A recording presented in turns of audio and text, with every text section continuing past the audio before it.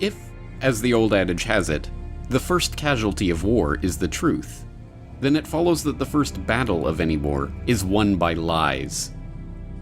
Lies have always been used to sell war to a public that would otherwise be leery about sending their sons off to fight and die on foreign soil. In times long past, this was easy enough to accomplish. A proclamation by a king or queen was enough to set the machinery of war in motion.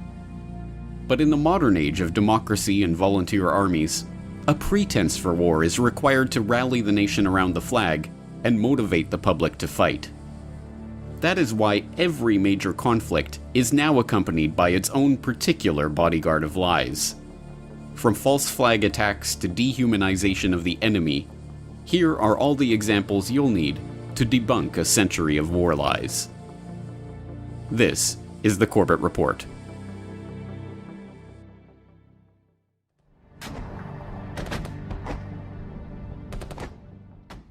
In 1915, the RMS Lusitania, a British ocean liner en route from New York to Liverpool, was sunk by a German U-boat 11 miles off the coast of Ireland. The ship's sinking, which resulted in the death of 128 of the 139 Americans aboard, became a symbol of German evil and helped psychologically prepare the US public for their country's eventual entry into World War I. But every facet of the story of the Lusitania, as it has been presented to the public, was a deliberate lie or a lie by omission. The boat was not a purely civilian vessel carrying 3,813 40-pound unrefrigerated containers of cheese and 696 containers of butter, as the official manifest held, but gun cotton, in keeping with the shipment's stated destination, the Royal Navy's weapons testing establishment. It was not sunk by the German torpedo boat, but by secondary explosions from the munitions the ship was illegally carrying. It was not the victim of a cowardly German surprise attack. The German embassy placed a warning notice about the Lusitania in 50 American newspapers right next to Cunard's own listings. And the American ambassador to England at the time, Walter Hines Page, wrote to his son 5 days before the ship was sunk, asking, "If a British liner full of American passengers be blown up, what will Uncle Sam do? That's what's going to happen." So what did the official cover-up of the incident conclude? That the dastardly Germans had waged a perfidious sneak attack on an innocent peace boat, of course. And the rest, as they say, is history.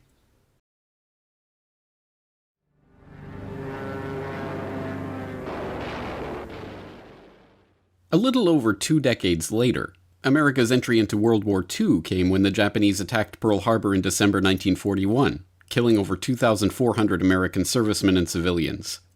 But far from an unprovoked sneak attack, as the official government-approved history would have you believe, Pearl Harbor is best understood as a conspiracy to motivate the American public for war by first provoking and then allowing a Japanese strike on American targets.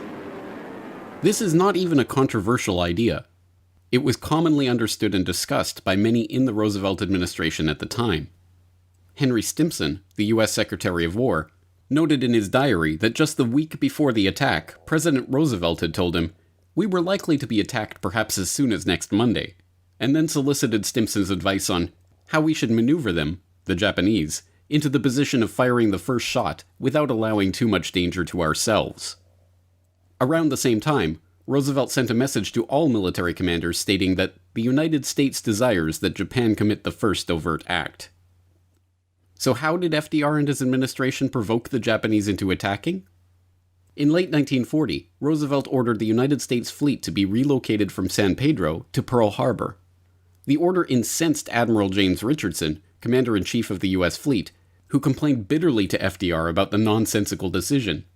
It left the fleet open to attack from every direction. It created a 2,000-mile-long supply chain that was vulnerable to disruption, and it packed the ships in together at Pearl Harbor, where they would be sitting ducks in the event of a bombing or torpedo raid. FDR, unable to counter these objections, went ahead with the plan and relieved Richardson of his command.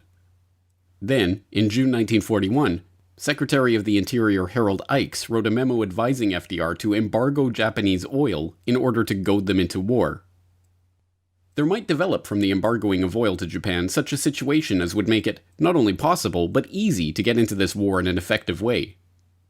Roosevelt followed 3 weeks later with an order seizing Japanese assets in America and effectively preventing Japan from purchasing much-needed American oil, which at that time accounted for 4/5 of Japanese oil imports. The provocations had their intended effect, and the Americans listened in on Japanese war preparations via radio. They received warnings of an imminent attack from diplomatic officials and military attachés. The attack was even predicted by the Honolulu Advertiser days before it happened. But all of these warnings were ignored. Even today, nearly 80 years after the events, new documents and memos continue to be found showing more warnings that Roosevelt and his administration deliberately ignored in the run-up to the attack. FDR got his wish. The Japanese attack was successful. 2,400 Americans died, and the nation, outraged, responded by rallying around the flag and jumping enthusiastically into war. But the Japanese themselves were no innocents when it came to lying their way into war. 10 years before Pearl Harbor, in 1931, Japan was looking for a pretext to invade Manchuria. On September 18th of that year, a lieutenant in the Imperial Japanese Army detonated a small amount of TNT along a Japanese-owned railway in the Manchurian city of Mukden. The act was blamed on Chinese dissidents and used to justify the invasion and occupation of Manchuria. When the lie was later exposed, Japan was diplomatically shunned and forced to withdraw from the League of Nations.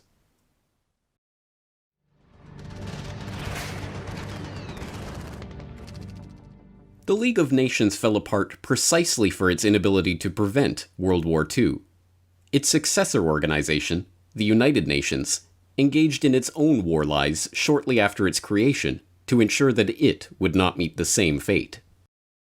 The Korean War, waged under the UN flag and sold to the public as a virtuous mission to save the South from the North's communist aggression, was on its face a war that should never have happened. The division of Korea into North and South was not the organic decision of the Korean people, but a plan that originated in an article in 1944 in Foreign Affairs, the Journal of the Council on Foreign Relations, which suggested dividing the country up and putting its administration in the hands of the Allies, including the Soviets. When the newly founded UN put that plan into action in 1945, Korea was arbitrarily divided along the 38th parallel, with the US administering the South and the Soviet Union administering the North. Neither was the war itself the organic result of decisions taken by the Korean people. In 1949, Owen Lattimore, a member of the Carnegie and Rockefeller-funded Institute for Pacific Relations and an advisor to the State Department on East Asian issues, wrote, "The thing to do is let South Korea fall, but not to let it look as if we pushed it."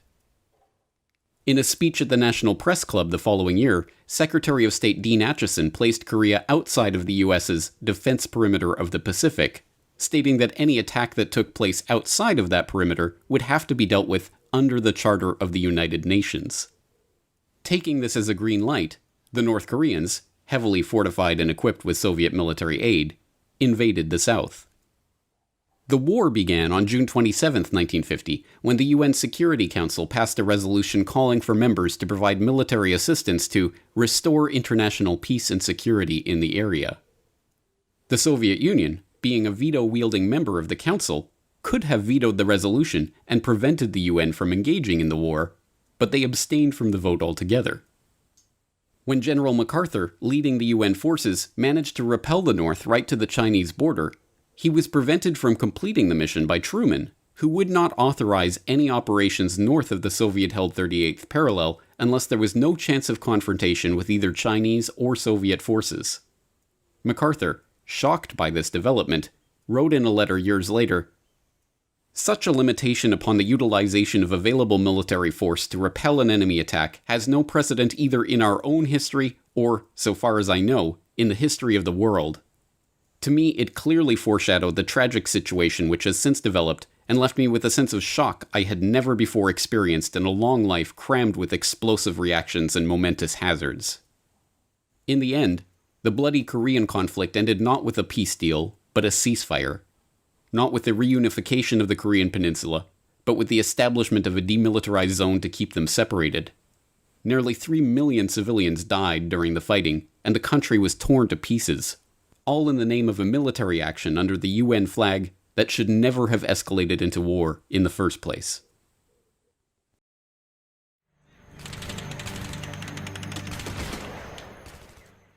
In August of 1964, President Johnson was preoccupied in finding an excuse to justify a formal escalation of American military involvement in Vietnam.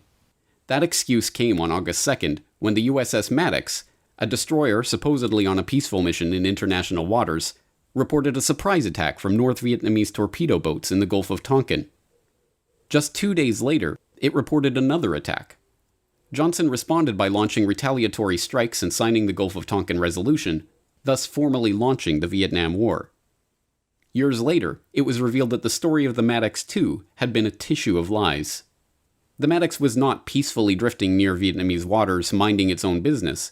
It was part of a covert electronic warfare campaign assisting the South Vietnamese in launching attacks on the North. It had not been attacked out of the blue on August 2nd as originally reported, but in fact had fired first. And, as even the NSA's own internal publication, made available to the public for the first time 40 years after the incident, concluded, the second attack on August 4th had never taken place at all.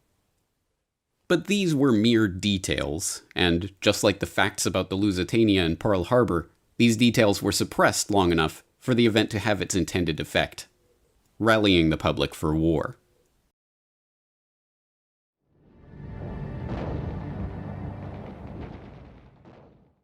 The Six-Day War in 1967 between Israel and Egypt, Syria, and Jordan is yet another example of a war which was justified for reasons that were later exposed as lies. When Israel launched an attack on Egypt's airfields on the morning of June 5th, they initially claimed that it was a defensive strike and that Egypt had struck first. But this was an easily proven lie, and the claim was quickly dropped. Next, they claimed that the attack was preemptive self-defense, and that Egypt and its Arab allies had been preparing to strike Israel. But multiple Israeli officials, including Yitzhak Rabin, later admitted that Egypt had not been preparing a war, or even interested in one. And then, in the most outrageous incident of all, Israel attempted to get America involved in the war by attacking the USS Liberty, a U.S. technical research ship collecting electronic intelligence just outside Egypt's territorial waters at the time of the war. The attack, carried out by Israeli fighter jets and torpedo boats, was relentless. The Liberty was strafed and torpedoed repeatedly, with the crew sending distress messages and even hoisting a large American flag so there could be no doubt as to their identity. The Israeli attack was finally called off an hour and a half into the assault. Israel, caught in a blatant attempt to sink an American ship, offered an apology for mistaking the identity of the vessel. But it was no mistake. In 2007, the NSA declassified intercepts confirming that the Israelis knew they were attacking an American ship, not an Egyptian ship, as their cover story is maintained. Even mainstream historians now characterize Israel's attack on the Liberty as a daring ploy by Israel to fake an Egyptian attack on the American spy ship and thereby provide America with a reason to officially enter the war against Egypt. But the incident was soon memory hold, and to this day, the Six-Day War is portrayed as an act of preemptive self-defense by the valiant Israelis against the dastardly Arab aggressors.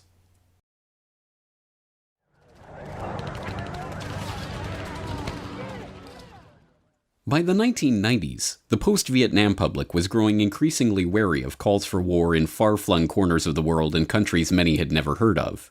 And so it was that in 1990, when the politicians and their deep state controllers required the American public to be motivated to wage war against Iraq for its invasion of Kuwait, they hired a literal PR firm to sell an even more brazen set of lies to Joe Sixpack and Jane Soccer Mom.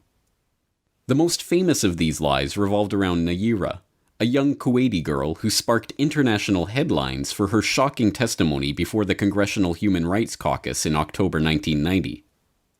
In a tear-stained speech, she told a harrowing story of the horrors she witnessed being committed by Iraqi soldiers at a Kuwaiti hospital where she was volunteering.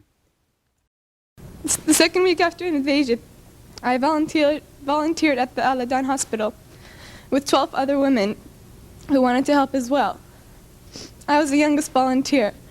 The other women were from 20 to 30 years old. While I was there, I saw the Iraqi soldiers come into the hospital with guns. They took the babies out of the incubators, and left the children to die on the cold floor. It's difficult today to understand just how important this testimony was in setting the tone of the debate about whether America should commit military forces to defend Kuwait.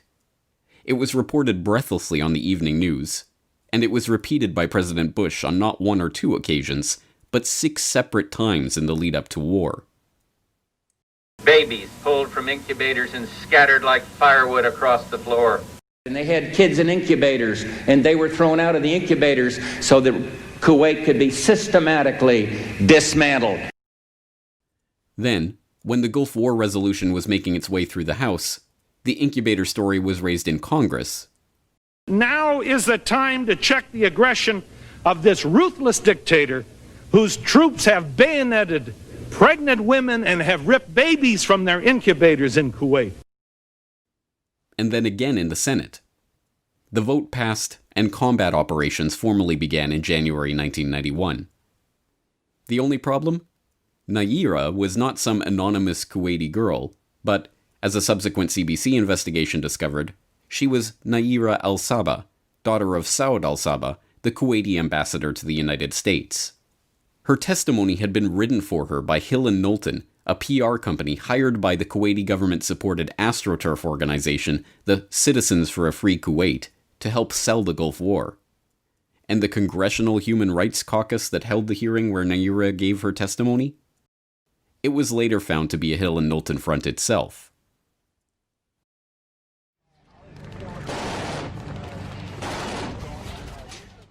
As everyone knows by now, the second Gulf War in 2003 was also built on lies.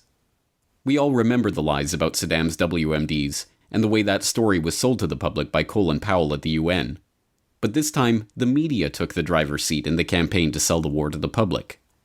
The New York Times led the way with Judith Miller's now infamous reporting on the Iraqi WMD story, now known to have been based on false information from untrustworthy sources. But the rest of the media quickly fell into line, with the NBC Nightly News asking, what precise threat Iraq and its weapons of mass destruction pose to America? And Time debating whether Hussein was making a good faith effort to disarm Iraq's weapons of mass destruction.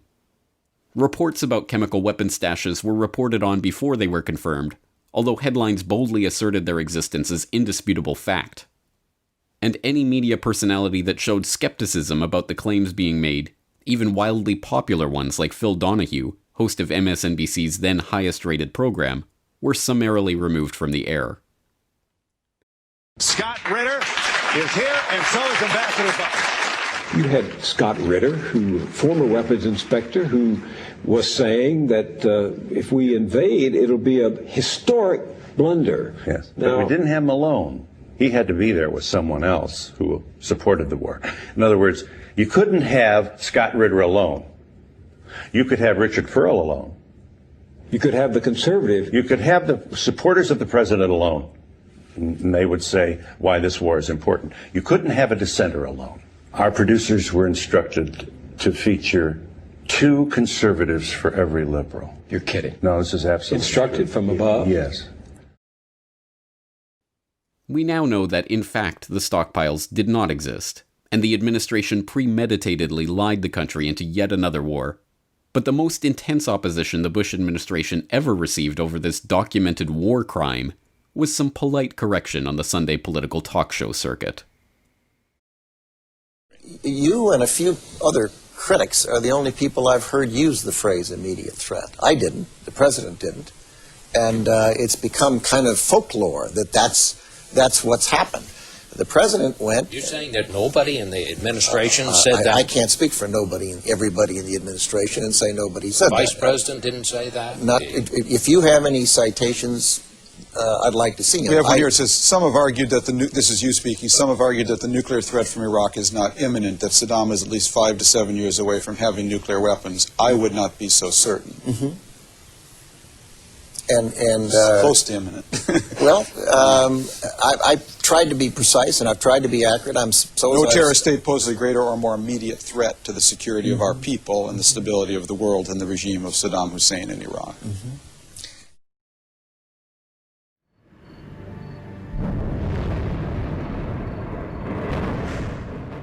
The WMD story blew up in the neocons' face shortly after the war, but by that time they had already succeeded in their plan to reshape the Middle East. But for the would-be controllers of public opinion, a valuable lesson was learned. Human rights and protecting the innocent is a more effective lie to sell to the public to motivate them for war. So when it came time to sell the war on Libya to the public, the UN-backed, NATO-led aggressors once again donned the cloak of human rights by turning to none other than the UN's Human Rights Council.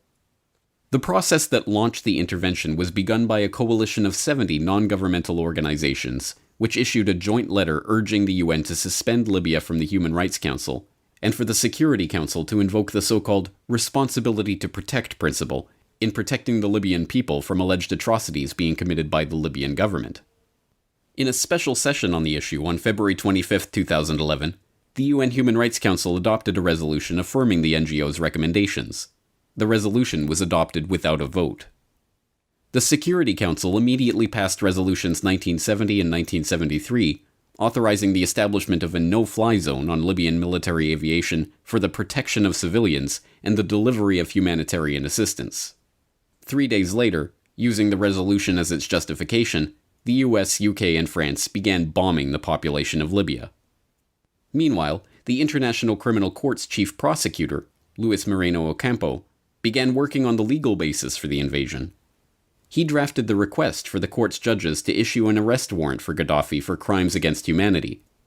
Although NATO forces were already engaged in an invasion of the country on the basis of undocumented allegations by a group of NGOs, Moreno Ocampo's request was not issued until May 16th. On June 28th, the day after the judges agreed to issue the warrant, Moreno Ocampo participated in a press conference in which one reporter asked about the evidence that Gaddafi had ever engaged in the atrocities he was accused of.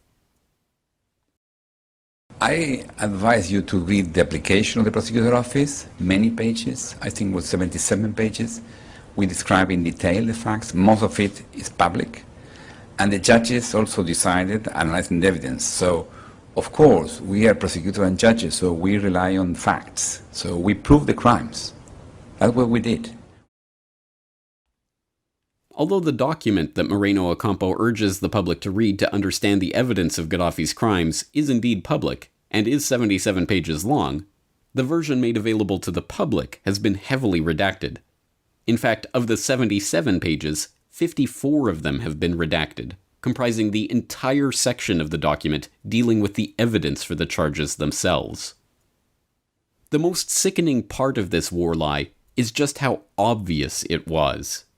No one involved in this charade cared about the well-being of the Libyan people. Not the press, not the politicians, not the ICC prosecutors. And as a result, today, 7 years after the destruction of Libya at the hands of the United Nations-sanctioned NATO saviors, open-air slave markets are running in the country that the human rights crusaders once pretended to care about.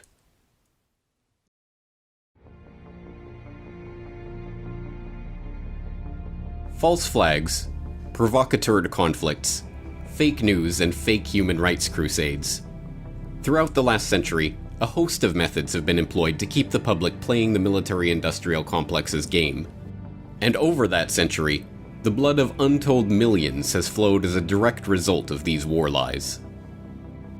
Truth is the first casualty of war, as they say. But if we desire peace, then we must confront the liars with our knowledge of these war lies. And armed with this truth, the public finally stands a chance of stopping the next war before the warmongers can conjure it into existence.